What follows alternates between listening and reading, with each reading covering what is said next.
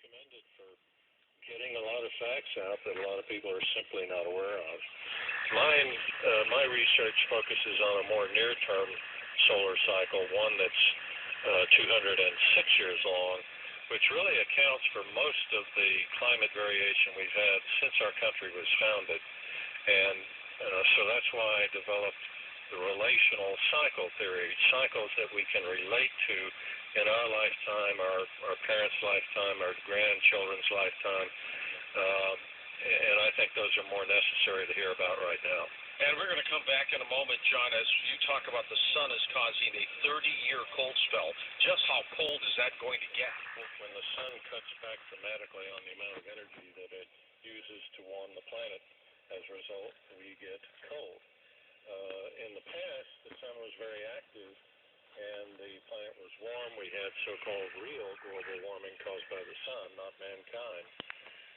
But we've passed through that phase now. We're on the downside of this solar hibernation caused by that same 206-year solar cycle. So as we proceed further, we're going to see more and more cold, more record cold, until we get to the bottom of this cold phase, which will be in the early 2030s. Will the seasons change at all, John, or will they just be more frigid temperatures in the wintertime?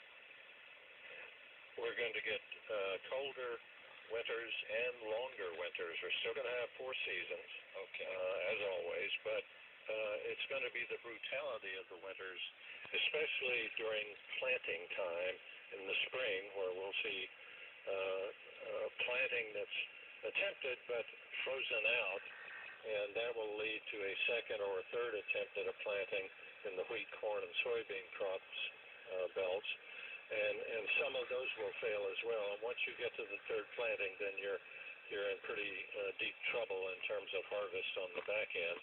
But then we'll also see very early freezes and snows that will affect harvest of crops. So we're going to get it on both ends. And again, this is merely a repeat of this highly reliable cycle. And going back in time, looking at history, we see the same event every time. We see massive crop damage leading to lots of other problems.